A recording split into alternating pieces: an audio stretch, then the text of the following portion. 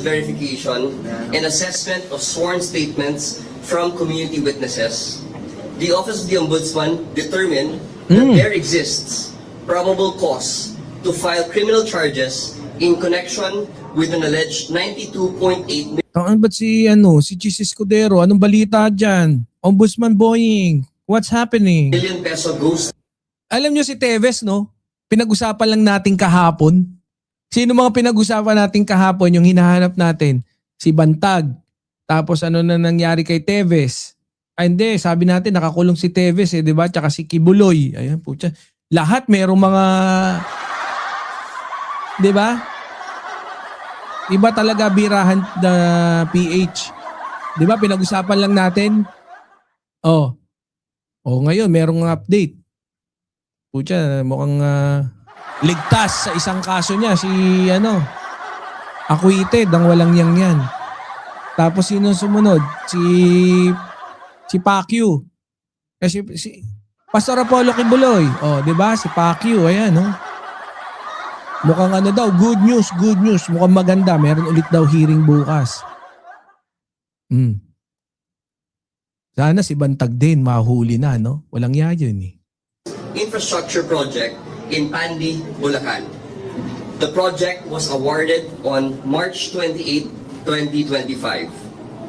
Accordingly, we informed the public that criminal informations have been filed before the Sandigan Bayan against several Acquitted equals bonus. officials of the DPWH Bulacan 1st District Engineering Office and Senator Ramon Bong Bautista Revilla Jr. The informations allege that the respondents conspired to facilitate the release of approximately 76 million pesos for the supposed construction of a flood control project. Ang tigas na mukha mo, Bong. Ano yan ha? Pucha, 76 million pesos. Grabe, no? Nagtulong-tulong kami, mga tax namin.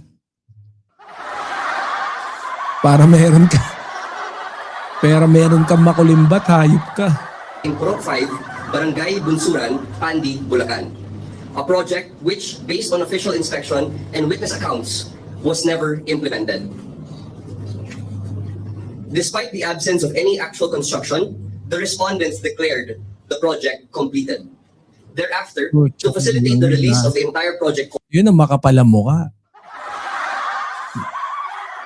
Ayos na. Completed. Pucha, wala pang sinisimula. Completed. Alang niya, oh.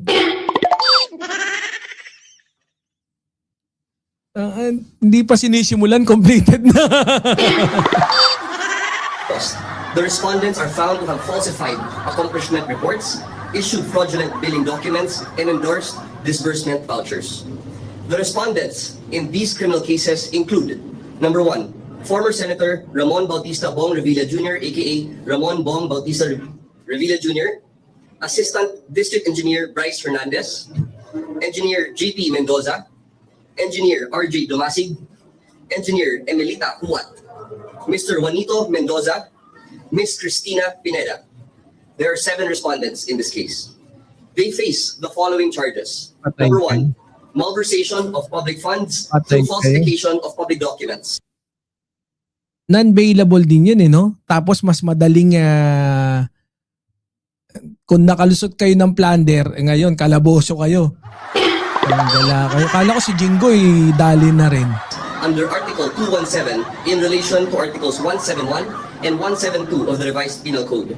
And second, violation of Section 3E of the Anti-Graft and Corrupt Practices Act, or RA 3019.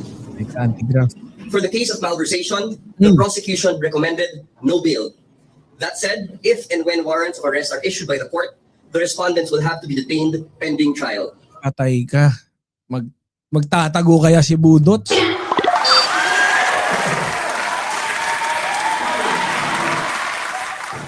Today's filing before the Sandigan Bayan emphasizes that the Office of the Ombudsman is steadfast in its commitment to enforce accountability where public funds are concerned.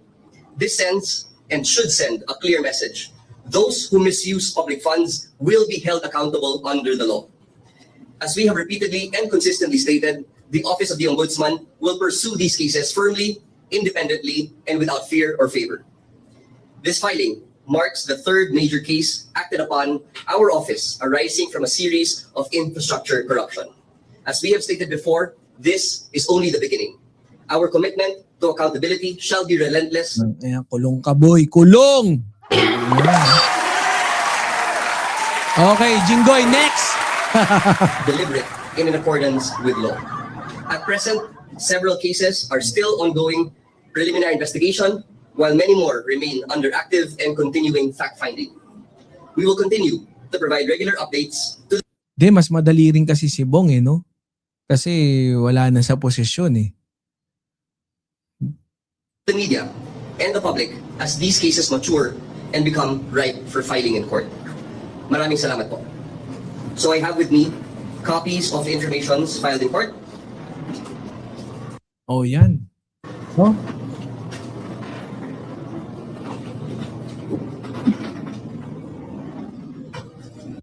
Patay ka dyan. Oh, yan. Oh, yan. Yan, hindi pa ba kayo happy dyan?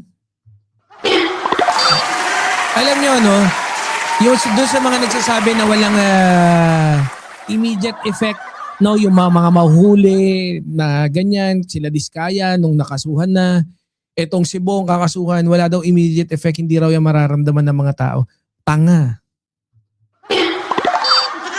Siyempre, yung mga gusto mangurap, no? Malaking epekto na kagad yun. Kakabahan na yan para mangurap. Kung ang nakurap, kagaya na nasabi ko, no? Kung ang nakurap nila last year, kung ang budget is, let's say 2 trillion, ang budget natin, ang nakurap nila ron is mga 700.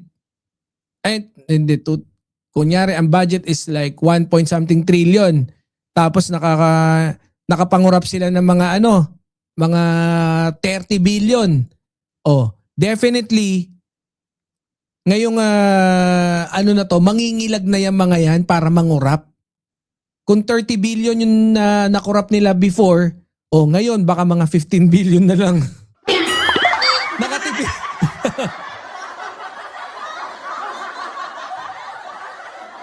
Nakatipid tayo.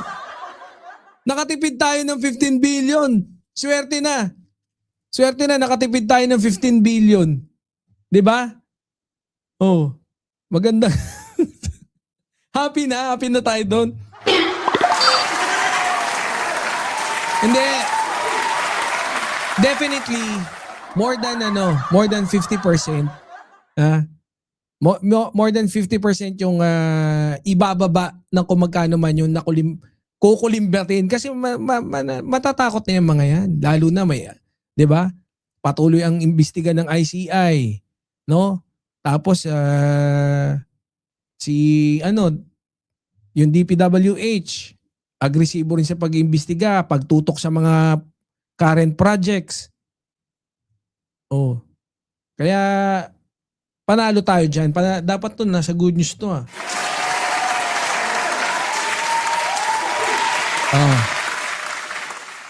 Ganun maganda, di ba? Sino sa kaninong administrasyon yung siga? Na kung saan kinall out yung mga flood control projects na chu-chu-chu-chu dyan. Take note it runs back from administration ni Pinoy. Oh. Etong si Bong Revilla, pinakulong ni Pinoy, pinalaya ni Duterte, ngayon kulong ulit.